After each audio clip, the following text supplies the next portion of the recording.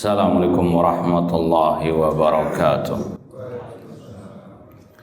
Innal hamdalillah nahmaduhu wa nasta'inuhu wa nastaghfiruh wa na'udzu billahi min syururi anfusina wa min sayyiati a'malina. Man yahdihillahu fala mudhillalah wa man yudlil fala hadiyalah. Ashhadu an la ilaha illallah wahdahu la syarikalah wa ashhadu anna Muhammadan abduhu wa rasuluh. Ya ayyuhalladzina amanu taqullaha haqqa tuqatih wa la tamutunna illa wa antum muslimun.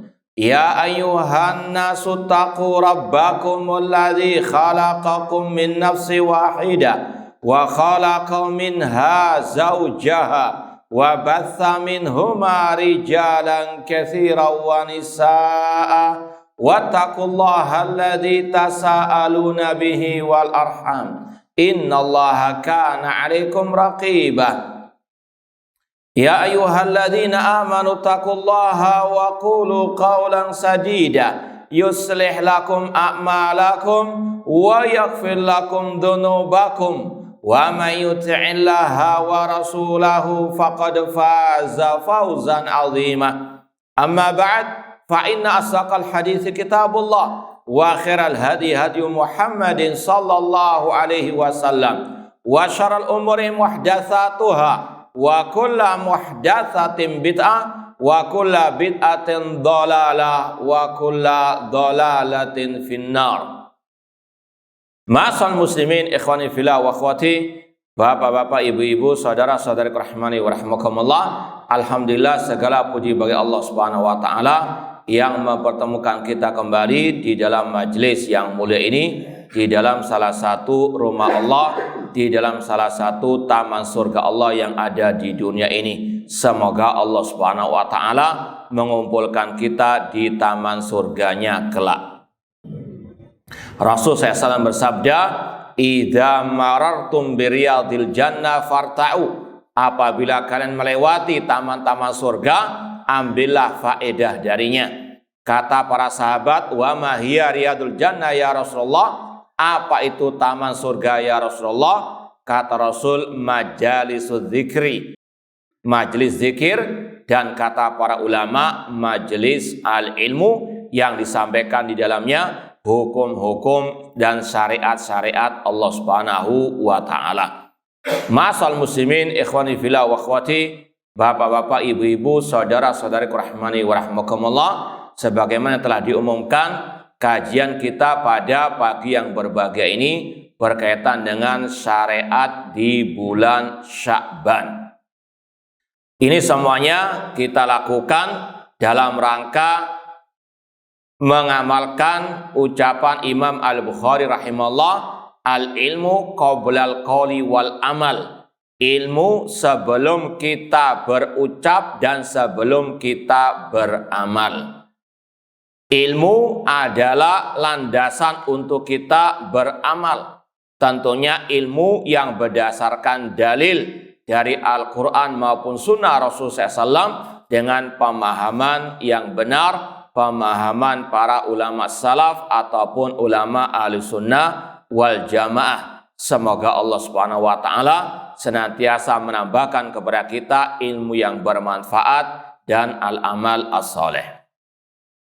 Insyaallah pada kajian ini kita akan merujuk kepada makalah singkat yang ditulis oleh Fadilatul Syekh Ali Abu Haniyah, salah satu masyayikh dakwah salafiyah yang ada di Palestina. Semoga Allah Subhanahu wa taala menolong saudara-saudara kita di mana saja berada, terutama di Palestina, dan semoga Allah menghancurkan orang-orang al-Yahud al-mujrimin. Beliau membahas pertama kali yang berkaitan dengan hak khusus Allah Subhanahu wa taala, wa rabbuka yakhluqu ma yasha wa yakhtar. Rabbmu menciptakan apa yang dia kehendaki dan dia memilih apa yang dia kehendaki. Di antaranya Allah memilihkan untuk kita bulan Sya'ban dalam rangka melaksanakan berbagai macam bentuk ibadah kepada Allah Subhanahu wa ta'ala. Allah memilihkan untuk kita, terutama umat Islam, ladang-ladang pahala musim-musim akhirat. Di antaranya bulan Sya'ban. Ya, nanti akan kita sampaikan beberapa ibadah di dalamnya dan juga yang berkaitan dengan dalil-dalilnya. Kemudian, kenapa dinamakan bulan ini bulan Sya'ban? Kata para ulama di antaranya dari kata bahasa Arab min kalimatit yatasya'ab, berpencar. Kenapa dinamakan ya dengan Sya'ban? Karena litasya'ubihim fi talabil miyah au fil gharat. Ini diantara ucapan para ulama, diantara Imam Ibnu Hajar Asqalani rahimahullah, karena mereka berpencar di bulan Sya'ban untuk mencari air. Ya, terutama kalau kita sudah paham bagaimana kondisi di tanah Arab, ya susah air. Mereka di bulan Sya'ban itu mengkhususkan waktu untuk mencari air, berpencar di berbagai tempat mencari mata air. Atau yang kedua, mereka berpencar untuk berperang. Karena di bulan Rajab sebelumnya, sebelum bulan Sya'ban kan bulan Rajab, itu termasuk Ashhurul Hurum yang diharamkan perang.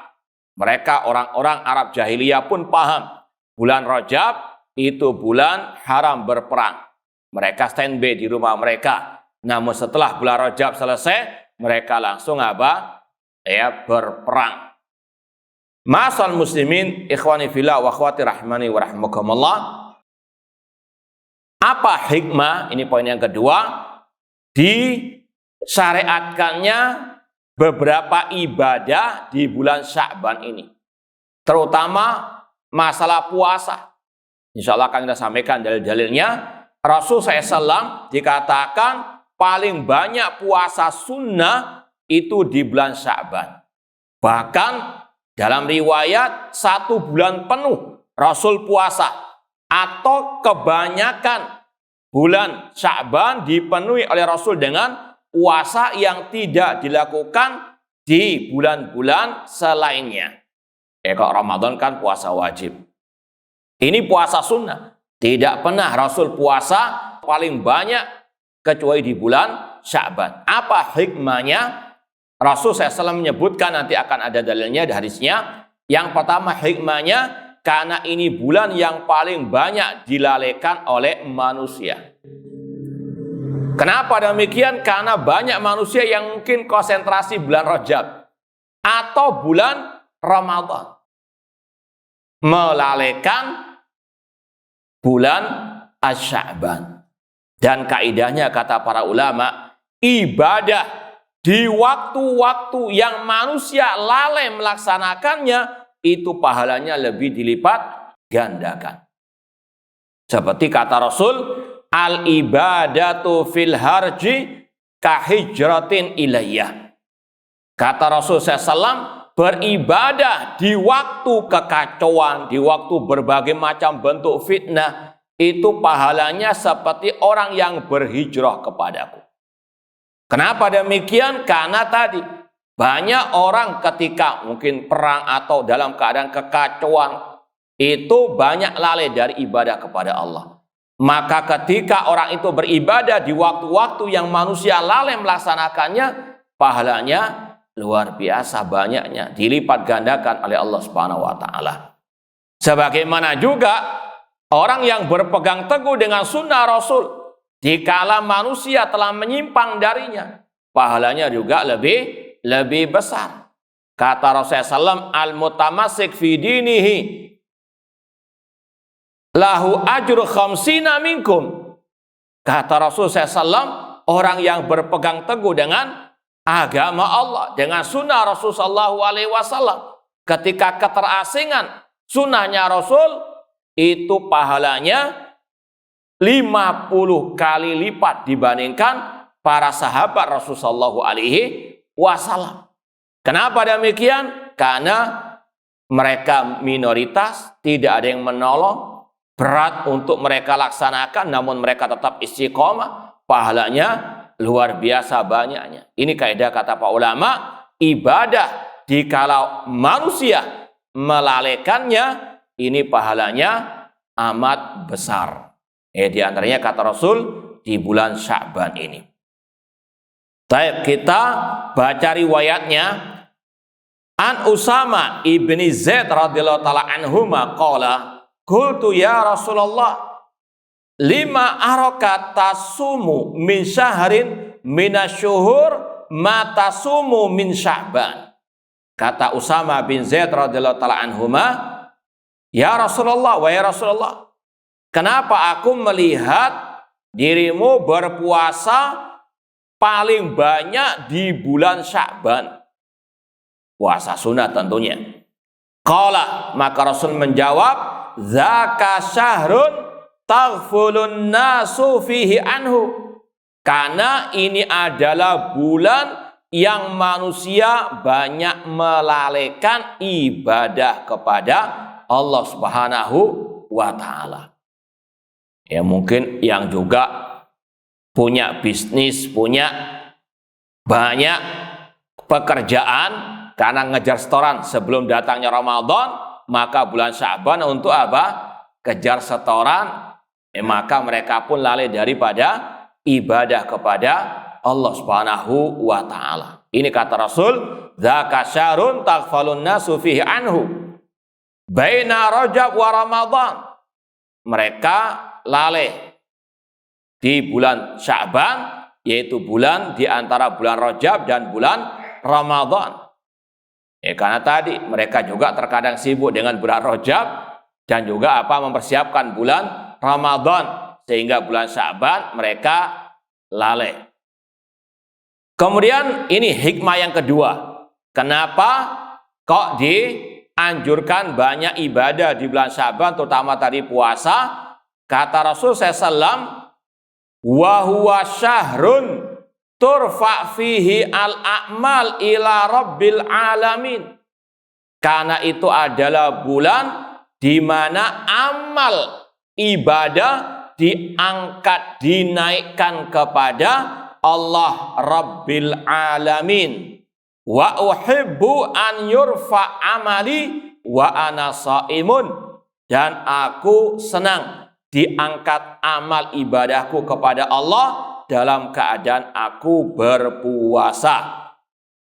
Hadis riwayat Ahmad, Nasai dan disahihkan oleh Syekh Albani rahimallahu ta'ala. Ini yang dikatakan oleh Rasulullah SAW, hikmah kenapa beliau banyak berpuasa sunnah di bulan Sya'ban. Yang pertama tadi, karena apa? Nah, biar nggak ngantuk. Karena apa? Iya, karena bulan banyak dilalaikan oleh manusia. Yang kedua, amalan diangkat kepada Allah di bulan Sya'ban. Kata para ulama, diantaranya Al-Imam Ibnu Qayyim rahimahullah, ini berkaitan dengan diangkatnya amal kepada Allah. Ada 3 kategori diangkatnya amal perbuatan. Yang pertama, diangkat amal perbuatan per tahunnya. Jadi dijamakkan perbuatan manusia kemudian diangkat oleh para malaikat kepada Allah Subhanahu wa ta'ala. Itu di bulan Sya'ban. Ini diangkat amal perbuatan per tahunnya. Kemudian ada diangkatnya amal perbuatan per mingguan, yaitu di hari Senin dan Kamis. Makanya Rasul juga banyak puasa Senin dan Kamis. Di antaranya karena amal manusia per minggunya diangkat kepada Allah, disampaikan kepada Allah di hari Senin dan Kamis. Kemudian ada diangkatnya amal perbuatan hamba kepada Allah per harinya. Ini berdasarkan sabda Rasul sallallahu alaihi wasallam, innallaha la yanam wa la yanbaghi lahu an yanam. Allah itu tidak tidur dan tidak layak bagi Allah untuk tidur. Kemudian yurfa ilaihi amalul laili qablan nahar. Diangkatnya amalan malam ya kepada Allah sebelum datangnya siang. Wa yurfa amalun nahar qablan lail. Dan diangkatnya amalan siang hari kepada Allah sebelum datangnya apa? Malam. Jadi disampaikan diangkatnya amal hamba kepada Allah tiap harinya ada 2 waktu, di akhir malam dan di akhir siang. Ya, ini disampaikan oleh Rasulullah SAW dan itu yang ada hadisnya tarjih. Bahwasanya amalan diangkat kepada Allah ada 3 kategori, per tahunnya, per minggunya, dan per harinya. Ma'asal muslimin ikhwani fillah wa akhwati rahimani wa rahmakumullah. Kemudian yang ketiga, di antara hikmah kenapa dianjurkan banyak ibadah khususnya puasa sunnah di bulan Sya'ban untuk persiapan melaksanakan ibadah di bulan suci Ramadan. Kalau kita saja kadang ada kegiatan-kegiatan besar, event-event besar, kan ada istilahnya apa, gladi? Iya, kurang lebih seperti itu. Jadi untuk lebih mematangkan ibadah di bulan suci Ramadan, dipersiapkan diri ini di bulan Sya'ban, dilatih untuk banyak beramal, terutama tadi puasa. Bahkan kata para ulama, para salaf dahulu, mereka banyak murajaah Al-Quran di bulan Sya'ban ini. Bahkan dinamakan bulan Sya'ban itu Syahrul Qurra, bulannya para pembaca Al-Quran. Karena mereka luar biasa giatnya membaca Al-Quran dibandingkan bulan-bulan sebelumnya. Kenapa? Itu tadi, untuk persiapan bulan suci Ramadan. Biar nggak kaget beribadah di bulan suci apa? Ramadan. Sudah ada latihan, sudah ada persiapan. Atau sebagian mengatakan mengapa mereka para salaf banyak membaca Al-Quran di bulan Sya'ban? Karena untuk persiapan nanti salat tarawih. Kalau dulu salaf baca ya bacaannya di salat tarawih panjang lebar, bukan kejar-kejar setoran kalau sekarang ini, ya kan? Dulu mereka murojaah hafalan di bulan Sya'ban biar kuat hafalannya, kalau jadi imam panjang bacaannya. Ya kalau kita kan pas-pasan saja baca. Intinya ya kalau kita sekarang ini bisa tumak nina saja alhamdulillah, ya kan? Daripada 23 namun setengah jam, na'udzubillah min dzalik. Bisa tidak sah salatnya karena tidak tumak nina. Rukun salatnya apa? Tidak dilakukan. Ini batal salatnya, na'udzubillahi min dzalik. Itu diantara kata para ulama dahulu. As-salaf, bacaan mereka panjang lebar ketika salat tarawih, dan itu mereka persiapkan diantaranya di bulan Sya'ban, sampai dikenal bulan Sya'ban Syahrul Qurra, bulannya para pembaca Al-Quran. Dan juga diantara makna persiapan di bulan suci Ramadan ini ibaratnya kata para ulama seperti sunnah qobliyah, ya. Bulan Ramadan, ibadah di bulan Ramadan, puasa Ramadan itu seperti sholat wajib, ada qobliyahnya, ada apa? Ba'diyahnya. Qobliyahnya ya puasa bulan Sya'ban, meskipun tidak harus ya banyak sebagaimana 1 bulan penuh ataupun mungkin 28 hari, paling tidak ada waktu-waktu yang diluangkan bulan Sya'ban untuk berpuasa. Itu ibaratnya seperti orang sholat qobliyah duhur, qobliyah subuh, qobliyah maghrib, qobliyah isya misalnya, ya. Intinya bulan Sya'ban puasanya diibaratkan oleh para ulama seperti sholat sunnah apa? Qobliyah. Ba'diyahnya kapan? Nah itu 6 hari di bulan Syawal. Ini yang dikatakan oleh para ulama. Taib. Sekarang kita masuk poin keberapa ini? Terserah kasih nomor berapa ya, 4. Bukan hikmahnya, ini poin inti pembahasannya. Tadi kan berkaitan dengan hikmah puasa di bulan Sya'ban ada 3 tadi. Ya. Kemudian sekarang berkaitan dengan puasanya. Ada beberapa kategori di sini. Yang pertama, bolehkah puasa Sya'ban sebulan penuh? Atau paling tidak 29-28 hari lah. Ya, kalau nggak 30 hari, ya apa? Nah, yang pertama disampaikan di sini hadis Rasulullah SAW dari Aisyah radhiyallahu taala anha, kana Rasulullah SAW yasumu hatta naqul la yuftir. Rasul SAW dahulu berpuasa di bulan Sya'ban sampai kami mengatakan beliau tidak pernah tidak berpuasa. Artinya sebulan penuh. Wa yuftir hatta naqul la yasum. Dan pernah juga beliau tidak berpuasa, ya, sama sekali sampai kita mengatakan beliau tidak berpuasa sama sekali. Ini untuk mengajarkan umat beliau puasa di bulan Sya'ban hukumnya apa? Sunnah, ya, tidak wajib. Kemudian kata Aisyah radhiyallahu anha, wa ma ra'aitu Rasulullah SAW istakmala siyama syahr qat illa syahr Ramadan. Rasul SAW tidak pernah berpuasa sebulan penuh kecuali bulan Ramadan. Wa ma ra'aitu fi syahrin aktsar siyaman minhu fi Sya'ban. Dan aku tidak melihat Rasul puasa paling banyak di bulan, ya, selain Ramadan kecuali di bulan Sya'ban.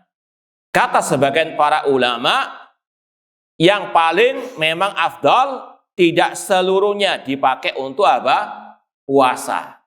Namun ya sebanyak-banyaknya puasa di bulan Sya'ban, ya mungkin tadi 28 hari. Meskipun kata sebagian para ulama, kalau orang itu tetap bersikeras ingin sebulan penuh, insya Allah tidak bermasalah. Sebagaimana riwayat Aisyah tadi, Rasul SAW berpuasa di bulan Sya'ban seolah-olah kami mengatakan beliau tidak apa?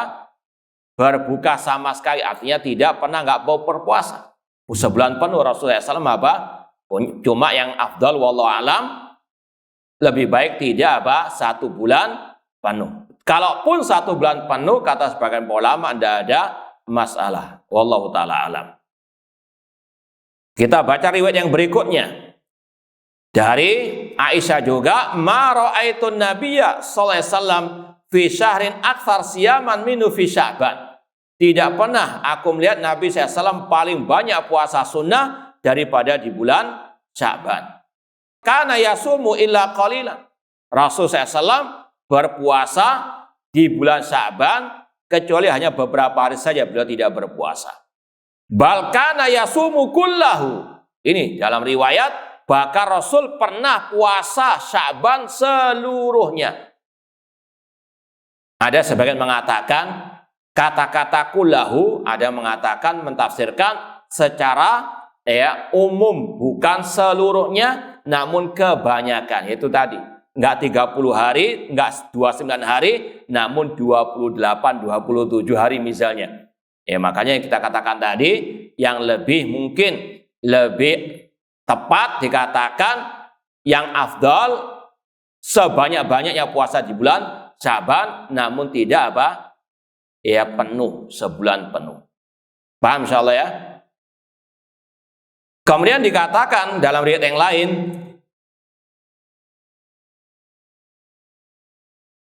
bal kana yasumu kullu, fi riwayat Dawud qalat kana ahabbu syuhur ila Rasulullah an yasumau Sya'ban. Kata Aisyah bahwasanya Rasul SAW paling suka puasa di bulan Sya'ban. Summa yasiluhu bi Ramadan. Bahkan pernah Rasul menyambungnya dengan bulan Ramadan. Ini diantara dalil sebagian ulama yang mengatakan Rasul puasa Sya'ban sebulan penuh sampai nyambung dengan bulan Ramadan. Meskipun tadi kita katakan sebagian ulama mentafsirkan bukan sebulan penuh, namun kebanyakan ya hari-hari di bulan Sya'ban Rasul gunakan untuk berpuasa. Kemudian dibawakan di sini ucapan Syekh Muhammad bin Shalih Al-Utsaimin rahimahullah, Kata beliau, yanbaghi lil insan an yukthir minasyam fi syahri Sya'ban akthar min ghairihi. Maka selayaknya bagi seorang hamba, seorang muslim muslimah untuk memperbanyak puasa di bulan Sya'ban melebihi bulan-bulan yang lain. Minimal ya mungkin ya puasa Senin dan Kamis atau 3 hari setiap bulannya. Ya, sekali lagi semuanya tergantung kemampuan. Meskipun sekali lagi kalau nggak puasa pun insya Allah apa? Ya tidak berdosa karena ini hukumnya mustahab. Nah, cuma sangat disayangkan. Qala ahlul ilmi, para ulama mengatakan wal hikmah min dalik annahu yakunu baina yaday Ramadan karawatib baina yadil fariidhah. Kenapa dianjurkan puasa di bulan Sya'ban? Ini diibaratkan seperti tadi, sholat rawatib ya di antara ibadah-ibadah yang wajib. Itu kategori yang pertama, puasa sebulan penuh atau ya sebanyak-banyaknya puasa di bulan Sya'ban.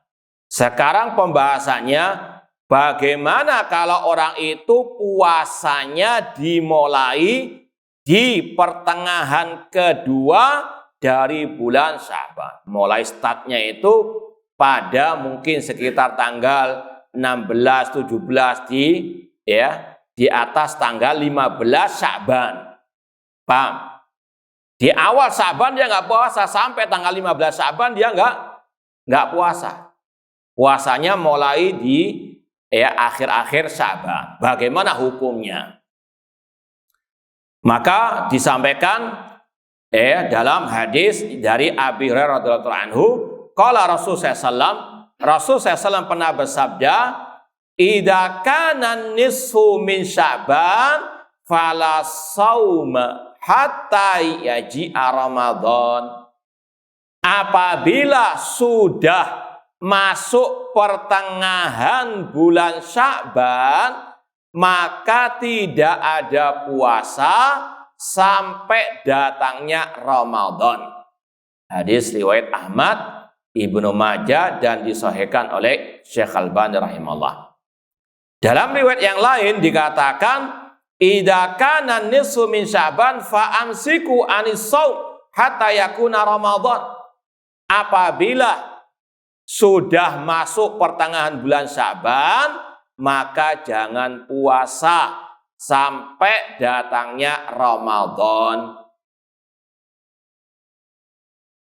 Kemudian disampaikan ucapan ulama yang bernama Al-Imam Al-Munawi rahimahullah, wa hikmatun nahyi at-taqawi ala shaumi Ramadan. Tujuannya untuk mempersiapkan bulan suci Ramadan. Ini kata para ulama untuk yang di awal Sya'ban tidak mulai berpuasa. Tapi kalau dia mulainya dari awal Sya'ban, ya silakan sampai akhir pun tidak ada masalah. Paham ya? Tapi kalau mulainya di pertengahan Sya'ban, lebih baik jangan. Bahkan dilarang oleh Rasulullah SAW, fa'amsiku anhu, kata Rasulullah, maka apa? Jangan berpuasa. Hikmahnya tadi kata Imam Al-Munawi, biar untuk persiapan sekalian untuk apa? Ramadan. Kemudian kata penulis di sini, wal jama' baina hadzal hadits wa ma qablahu. Kalau ada yang bertanya, lu kan tadi di awal pembahasan Rasul puasa apa sebulan penuh? Rasul puasa bahkan sampai nyambung Ramadan. Kok di sini di pertengahan sudah dilarang? Maka ini yang sudah kita sampaikan tadi, disampaikan oleh penulis, menjamakan antara hadis tadi dengan yang sekarang, anna hadza fi haqqi man arada an yunshi'a siyaman ba'da nisfi ala ghairi adatin lahu. Ini bagi orang yang memang tidak memulai puasa Sya'ban dari awal, namun dia mulai dari apa? Pertengahan. Lebih baik jangan. La liman ibtada siyam min awal syahr. Hadis yang terakhir tadi bukan bagi yang memulai puasa dari awal Sya'ban. Fa innahu yahiqqu lal istimrar ala adatihi. Bagi yang sudah mulai dari awal Sya'ban, silakan dia lanjut sampai apa? Pertengahan dan sampai apa? Akhir Sya'ban. Paham insyaallah ya? Baik. Sekarang bagaimana hukum puasa di akhir Sya'ban? Ini semuanya karena memang ada hadis-hadisnya, maka dibahas. Dan memang kata sebagian para ulama, kelihatannya kok ada kontradiksi.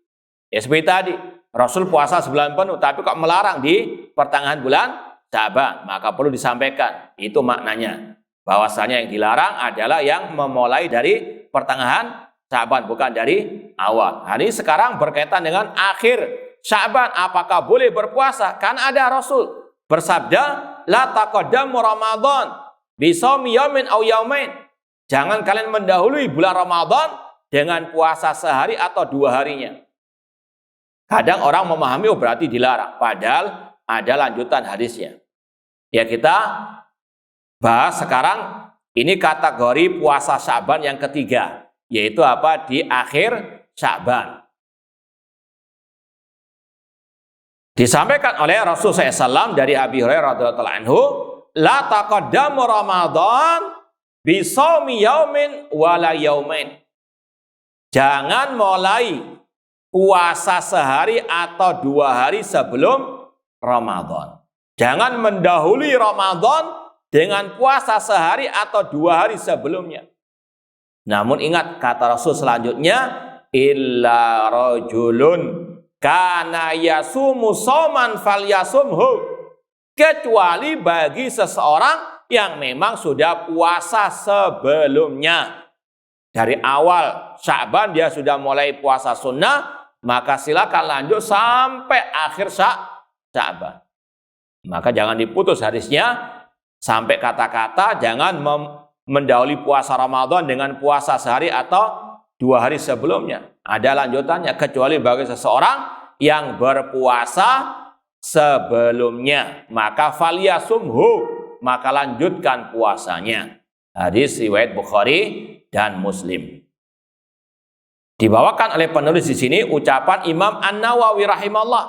Imam An-Nawawi rahimahullah berkata, fihi at-tasrih bin nahi an istiqbali Ramadan bisawmi yaumin wa yaumain laiman lam yusadif adatan lahu. Di dalam hadis riwayat Bukhari Muslim tadi ada larangan yang terang, yang jelas, ya, dari puasa sehari atau 2 hari sebelum Ramadan, apalagi dalam rangka untuk kehati-hatian. Wah, daripada ribut-ribut ini ru'yatul hilal atau hisab, ya, maka dalam rangka kehati-hatian puasa sehari sebelum datangnya apa? Ramadan. Ini yang Rasulullah apa? Larang. La taqaddamu Ramadan bisawmi yaumin wala yaumain. Dan tidak ada yang lebih berhati-hati daripada Rasul SAW.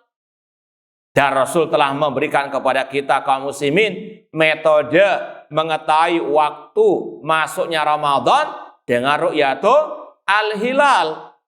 Rasul SAW mengatakan dalam Sahih Bukhari Muslim, sumu li ru'yatihi wa aftiru li ru'yatihi. Puasalah kalau melihat hilal dan beridul fitrilah kalau melihat hilal. Fa in humma 'alaikum fa'akmilu iddata Sya'ban 30. Kalau langit tertutup mendung tanggal 29 Sya'ban, ketika dilihat ya enggak kelihatan karena ada mendung, tertutup mendung, maka kata Rasul genapkan bilangan bulan Sya'ban 30 hari.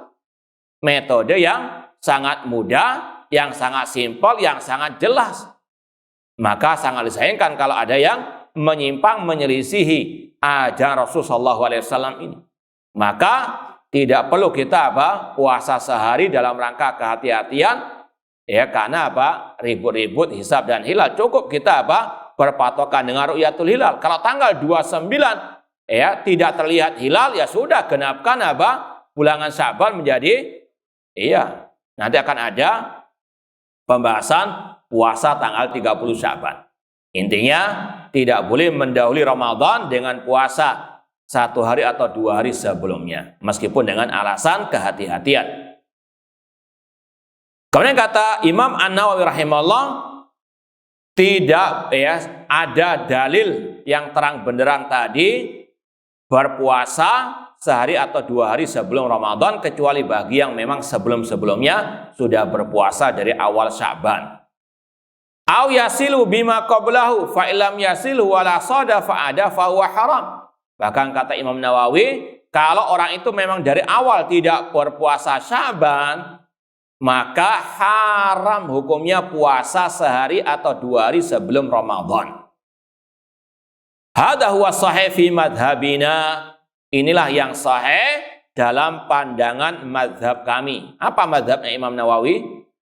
Asy-Syafi'i. Nah, dalilnya tadi lihadal hadis walil haditsil akhar fi sunani Abi Dawud wa ghairihi. Dan juga berdasarkan sabda Rasul yang lain tadi yang kita sampaikan, idza intasafa Sya'ban fala siyam hatta yakuna Ramadan. Kalau sudah masuk pertengahan Sya'ban, tidak ada puasa sampai datangnya Ramadan. Jadi ini hukum puasa sehari atau 2 hari, ataupun mungkin sebelumnya 3 harinya, sebelum datangnya Ramadan, hukumnya kata beliau haram, kecuali yang memang puasa dari awal bulan Sya'ban. Qala al-Allamah Ibnu Utsaimin rahimahullah, Syekh Muhammad bin Utsaimin berkata, alladzi yataqaddam Ramadan bi shaumi yaumin aw yaumain ka'annahu taqaddama baina yadayi wa rasulih. Orang yang puasa sehari atau 2 hari sebelum Ramadan itu seolah-olah dia mendahului Allah dan Rasulnya sallallahu alaihi wasallam. Meskipun tadi dengan niat kehati-hatian. Sekarang dibahas poin yang keempat dari kategori puasa di bulan Sya'ban, yaitu siyam yaumis syak, puasa di hari yang meragukan. Ada istilah apa? Siyamu yaumis syak, puasa di hari yang meragukan, yaitu tanggal 30 Sya'ban. Ini betul enggak? Sudah masuk Ramadan ataukah masih belum? Enggak yang ru'yatul hilal itu alatnya rusak misalnya, atau dia lagi ketiduran misalnya, ragu dia. Maka kata Rasulullah sallallahu alaihi wasallam disebutkan dalam riwayat, kita baca dulu ucapan Syekh, wa mimma yunha anu fi Sya'ban shaumi yaumis syak. Di antara yang dilarang, puasa yang dilarang di bulan Sya'ban, yaitu hari asyak yang meragukan. Wa huwa yaumuz tsalatsin min Sya'ban, yaitu tanggal 30 Sya'ban. Idza kanatis sama mughayyamatan fi lailatihi, ketika malam harinya tertutup mendung, walam yural hilal, tidak terlihat hilal. Ini yang dinamakan dengan yaumus syak, hari yang meragukan. Ada riwayat dari Ammar bin Yasir radhiyallahu ta'ala anhu, fa ansila qala kunna inda Ammar bin Yasir radhiyallahu ta'ala anhu fa utiya bisyatin masliyah fa qala kulu fatanaha ba'dul qaumi. Ada riwayat dari Ammar bin Yasir, ada sekelompok orang dihidangkan makanan di tanggal 30 Sya'ban, namun mereka tidak mau, dengan mengatakan aku sedang berpuasa. Faqala Ammar, maka Ammar bin Yasir radhiyallahu ta'ala anhu berkata, man shoma yauma alladzi yusyakku fihi faqad asa Abul Qasim sallallahu alaihi wasallam. Barang siapa yang berpuasa di hari yang meragukan, maka dia telah bermaksiat kepada Ar-Rasul sallallahu alaihi wasallam.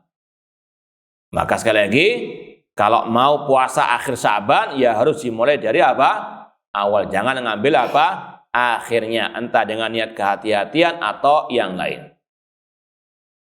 Wallahu ta'ala alam. Itu yang berkaitan dengan puasa Sya'ban. Intinya tadi kita bahas ada 4 kategori yang disyariatkan puasa sunnah Sya'ban di awal harus dimulai. Paham? Tidak boleh memulai dari pertengahan. Kemudian tidak boleh puasa sehari atau 2 hari sebelum Ramadan. Atau bahkan lebih tegaskan lagi, tanggal 30 Sya'ban itu dilarang untuk apa? Berpuasa, kecuali tadi yang sudah memulai dari awal. Nah, sekarang al-qadha fi Sya'ban, puasa wajib, yaitu puasa nyaur utang Ramadan sebelumnya di bulan Sya'ban. Apakah boleh? Maka secara global kita katakan iya, meskipun di pertengahan apa? Sya'ban, karena ini di luar kategori puasa sunnah.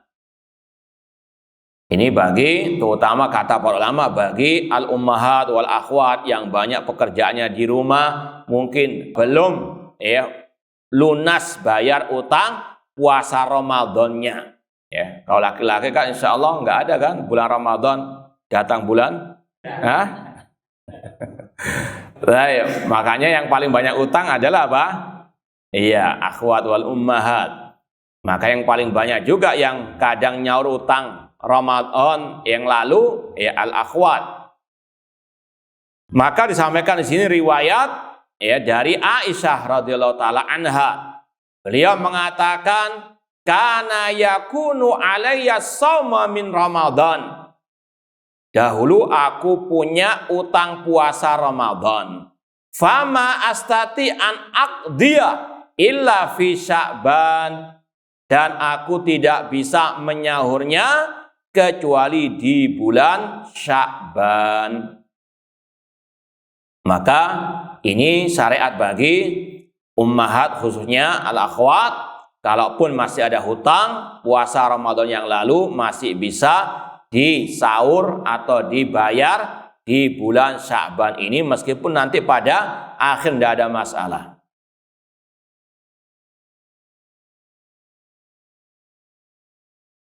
Kemudian dikatakan oleh penulis di sini, was-sahih annahu yajuz ta'khir Ramadan ila Sya'ban walau min duni udhrin. Bahkan dikatakan yang benar boleh menunda membayar hutang Ramadan, utang puasa hutang puasa Ramadan yang lalu sampai bulan Sya'ban meskipun tanpa uzur. Meskipun tanpa ada uzur tetap dibolehkan. Ini seperti orang yang mungkin kata para ulama, bagi akhwat terutama kalau mungkin dia di rumah sholat duhurnya sekarang kan sholat asar jam 3, dia sholatnya jam 2. Paham ya? Ini apa? Termasuk rahmat Allah bagi umat Islam. Diberikan tenggang waktu. Sholat duhur, mulai masuk adzan duhur sampai waktu masuk apa? Al-asar. Waktu antara itu waktu sholat duhur. Kecuali kalau bagi ikhwan kan memang disyariatkan, bahkan diwajibkan untuk berjamaah di masjid. Meskipun kata beliau, walakin al-afdal at-ta'jil bil qadha. Namun yang paling afdal tentunya di awal waktu, secepatnya dilaksanakan. Nah, li'annau asra sadadan lidainillah. Karena ini lebih mempercepat melunasi hutang kepada Allah Subhanahu wa taala. Tadi dibahas puasa-puasa yang memang itu disyariatkan, yaitu puasa dari awal Sya'ban, Senin Kemis ataupun 3 hari di setiap bulannya, atau puasa Daud, atau bahkan puasa sebulan penuh. Itu yang disyariatkan. Ini dibahas oleh Syekh, puasa nisfu Sya'ban. Ini yang memang banyak disalahpahami oleh sebagian kaum muslimin. Puasa bulan Sya'ban tadi secara asal disyariatkan, tapi mulai dari silahkan. Tapi mengkhususkan puasa nisfu Sya'ban, tanggal misalnya 15 Sya'ban maka mengkhususkannya ini yang tidak ada dalilnya. Bahkan kata Rasul tadi, kalau sudah pertengahan Syaban, fala siyam, tidak ada lagi apa? Puasa. Maka disampaikan oleh Syekh di sini penulis, dibawakan ucapan para ulama, di antaranya dari Zaid bin Aslam rahimahullah, dari ulama salaf, beliau mengatakan, ma adrakna ahadan min masyikhatina wala fuqahaina yaltafitun ila nisfi min Sya'ban. Kami tidak mendapati seorang pun dari para ulama-ulama kami, para fuqaha, ahli-ahli fikih kami, yang menoleh kepada nisfu Sya'ban. Artinya memang nggak ada syariatnya. Entah sholat malamnya mengkhususkan sholat malam nisfu Sya'ban, ataupun puasa nisfu, tidak ada. Kalau mau puasa silakan, jangan gagal paham bila dikira atau dituduh kita melarang orang puasa. Enggak. Kita melarang kalau yang tidak ada apa? Syariatnya. Bahkan Rasul sendiri yang melarang tadi. Ya, Rasul yang melarang apa? Puasa di pertengahan Sya'ban.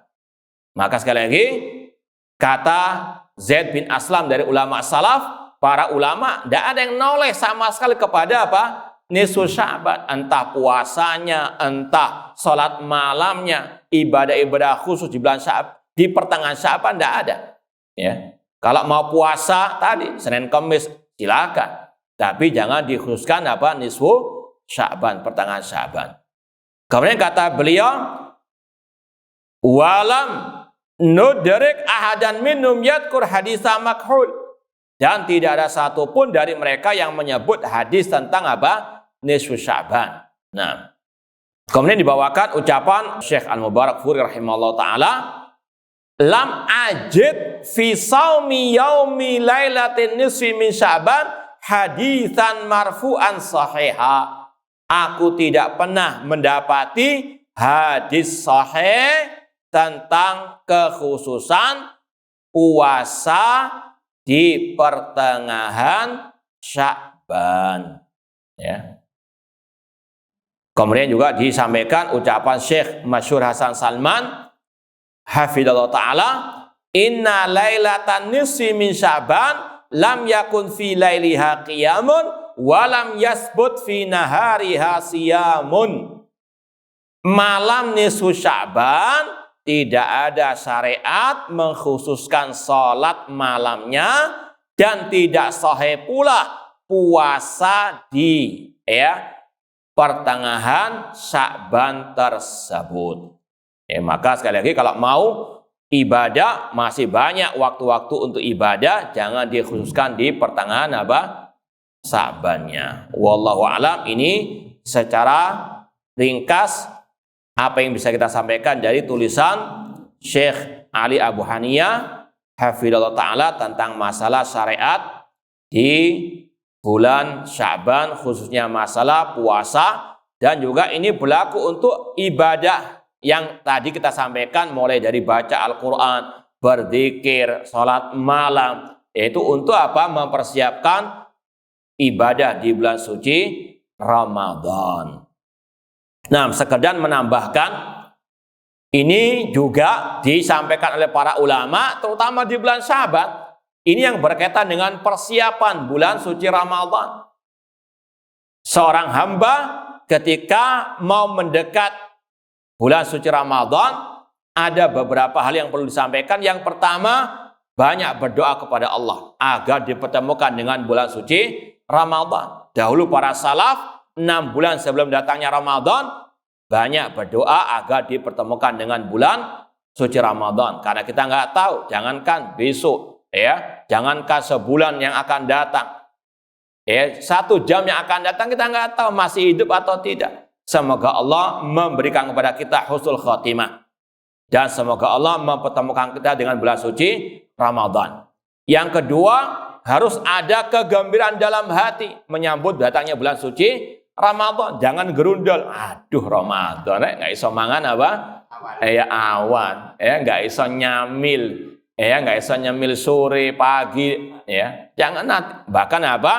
Allah katakan, kul bi fadlillahi wa rahmatihi fabidzalika falyafrahu huwa khairun mimma yajma'un. katakanlah dengan rahmat Allah, dengan karunia Allah, hendaklah mereka falyafrahu, bergembira. Kan ini ladang pahala, banyak barokah, banyak kemuliaan. Ibaratnya kata para ulama, seperti antum didatangi seorang tamu yang membawa uang 1 miliar mau dibawakan ke antum. Gembira atau sedih antum?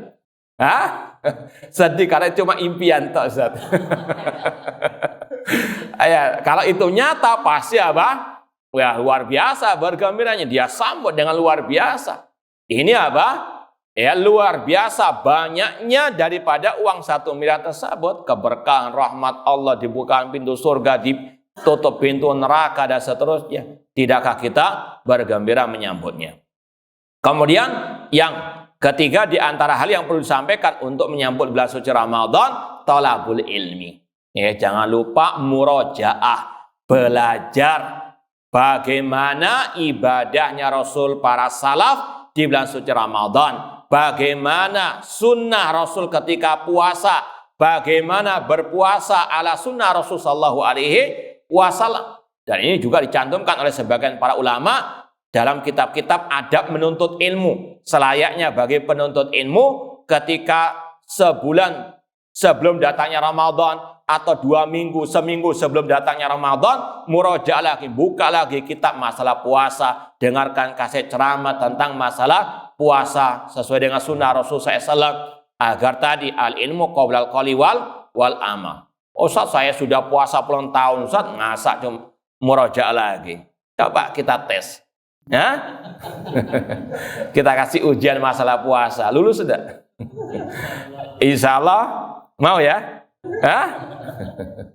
Taib, intinya yaitu tadi harus ada murojaah, apa yang tidak mengingatkan kita kembali hadis-hadis Rasul SAW yang berkaitan dengan berpuasa. Semoga Allah Subhanahu wa taala mempertemukan kita dengan bulan suci Ramadan dalam keadaan sehat walafiat, imanan wa ihtisaban.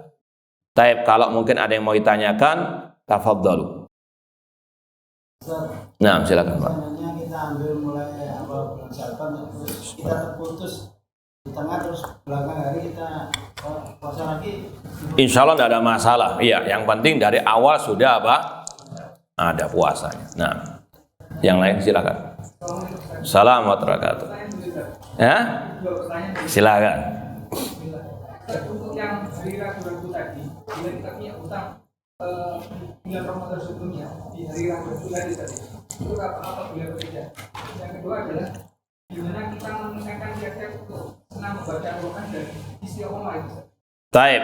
Yang pertama, puasa qadha Ramadan yang lalu di tanggal 30 yang hari Syak.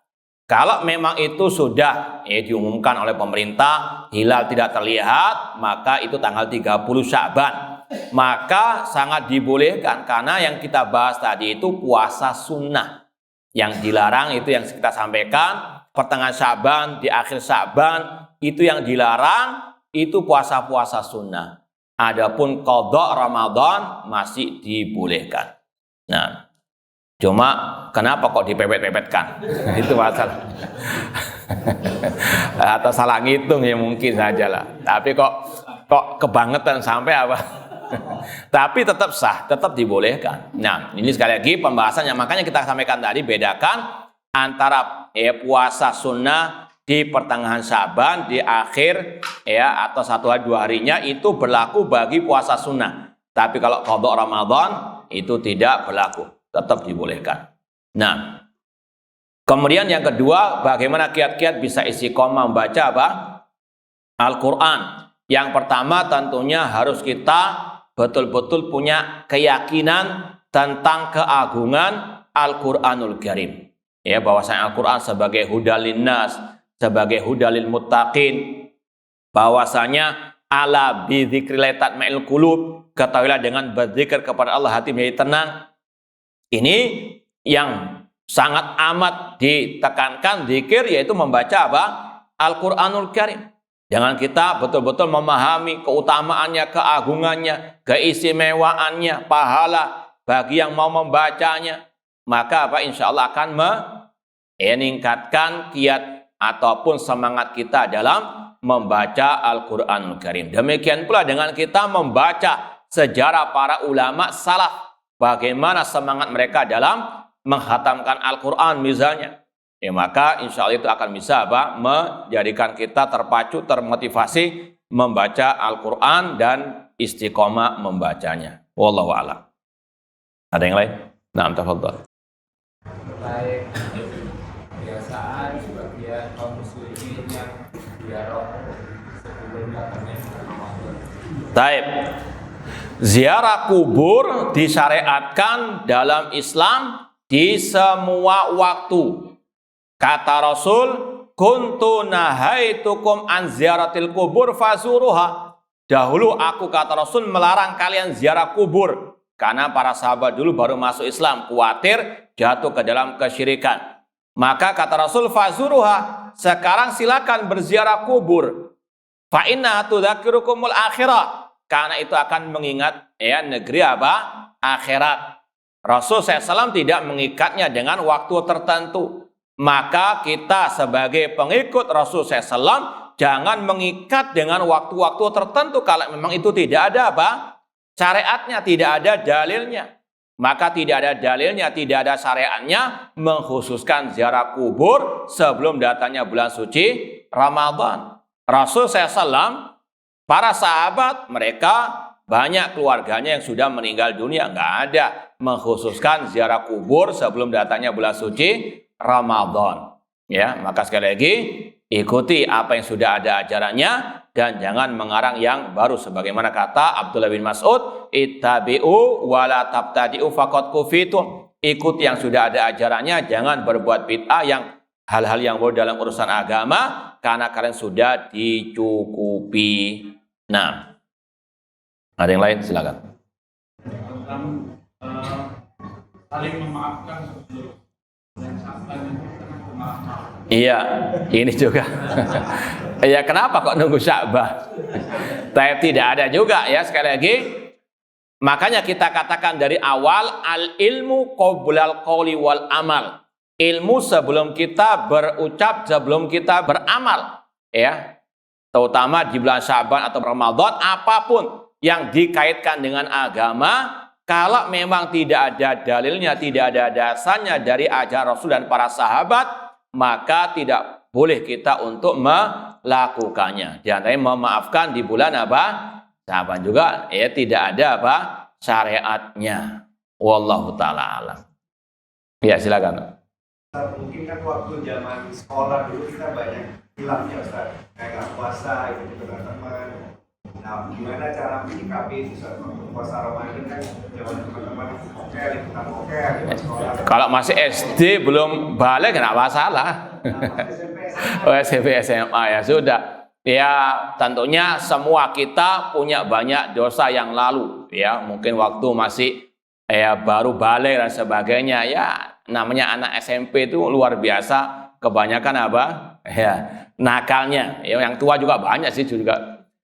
Cuma sekali lagi, yaitu kalau sudah lama kata Pak ulama, ya sudah kita memperbanyak taubat kepada Allah dan kita memperbanyak kebaikan. Innal hasanat yudhibna as-sayyiat. Kebaikan menutup kejelekan. Ya, apakah wajib diqadha? Tidak. Kalau sudah puluhan berapa? Ya, apalagi baru pensiun baru tobat ya. Ya sudah, Rabbana la tu'akhidna in nasina aw akhtana. Kalau kita membaca Al-Quran sehari-hari sudah sampai dari surat tertentu, apa di bulan Ramadan mengulang dari awal, apa meneruskan sehari-hari kita baca, ya insya Allah tidak ada masalah, kita lanjutkan dan kita khatamkan secepatnya, kita mulai nanti dari awal lagi. Itu yang saya rasa yang lebih baik. Teruskan yang dari Sya'ban, kemudian segera dikhatamkan, kemudian itu untuk memotivasi memperbanyak khataman nanti di bulan suci Ramadan. Semoga Allah Subhanahu wa taala memberikan taufik hidayah kepada kita untuk senantiasa beribadah dan berlomba-lomba dalam kebaikan sampai akhir hayat kita nanti. Cukup ya insyaallah. Ya, ini yang bisa kita sampaikan. Iya, tafadhol. Terakhir ya. Nah, Kalau untuk wanita yang kebetulan Ramadan sebelumnya itu lagi hamil, Iya. kemudian Ramadan sekarang ini kan masih menyusui. Iya, betul. Nah, dikhawatirkan selama Ramadan Mengqadha. itu belum bisa untuk membayar hutang puasa sebelumnya. Baik, wallahu alam. Pendapat yang rojeh, artinya di sini ada khilaf. Memang dalam masalah fikih seperti ini ada khilaf di antara para ulama. Yang rojeh, wallahu alam, yang lebih benar, lebih dekat kepada kebenaran, pendapat yang lebih kuat. Perempuan yang hamil di kala Ramadan cukup membayar fidyah tanpa mengqadha. Dalilnya ucapan Abdullah bin Abbas radhiyallahu taala anhuma ketika melihat seorang perempuan yang sedang hamil, kata beliau, alaiki bi al-it'am wa laisa alaikil qadha. Kata Abdullah bin Abbas, wajib bagimu memberi makan, yaitu tadi fidyah, dan tidak wajib bagimu mengqadha. Dan itu yang lebih dekat kepada firman Allah, yuridullahu bikumul yusra wa la yuridu bikumul usra. Allah menghendaki kemudahan bagi kalian dan tidak menghendaki kesulitan. Ini berkaitan dengan puasa kan? Maka dari sinilah kata para ulama, pendapat perempuan yang hamil cukup membayar fidyah, tidak mengqadha, lebih dekat kepada firman Allah tadi. Karena bisa dibayangkan hamil di bulan Ramadan kemudian melahirkan nanti sebelum Ramadan akan datang, kapan dia bisa membayarnya? Kemudian dilanjutkan dengan menyusui lagi. Maka wallahu alam cukup membayar fidyah. Membayar fidyah ada dua pilihan. Yang pertama membayar dengan mentahan beras itu kurang lebih 0,6 kg setiap hari ketika nggak berpuasa. Antum silakan hitung puasa sampai 30 atau 29 dikali itu. Yaitu membayar 1 mud beras. 1 mud itu 1/4 sok. 1 sok itu zakat fitri 2,5 kilo kurang lebih, itu dibagi 4 ketemunya 1 mud. Kurang lebih berapa? Nah, betul ya? 0, betul ya? Nanti dihitung lagi. Baik, jadi itu membayar dengan mentahan, bahan mentahan dari bahan makanan pokok, beras diantaranya.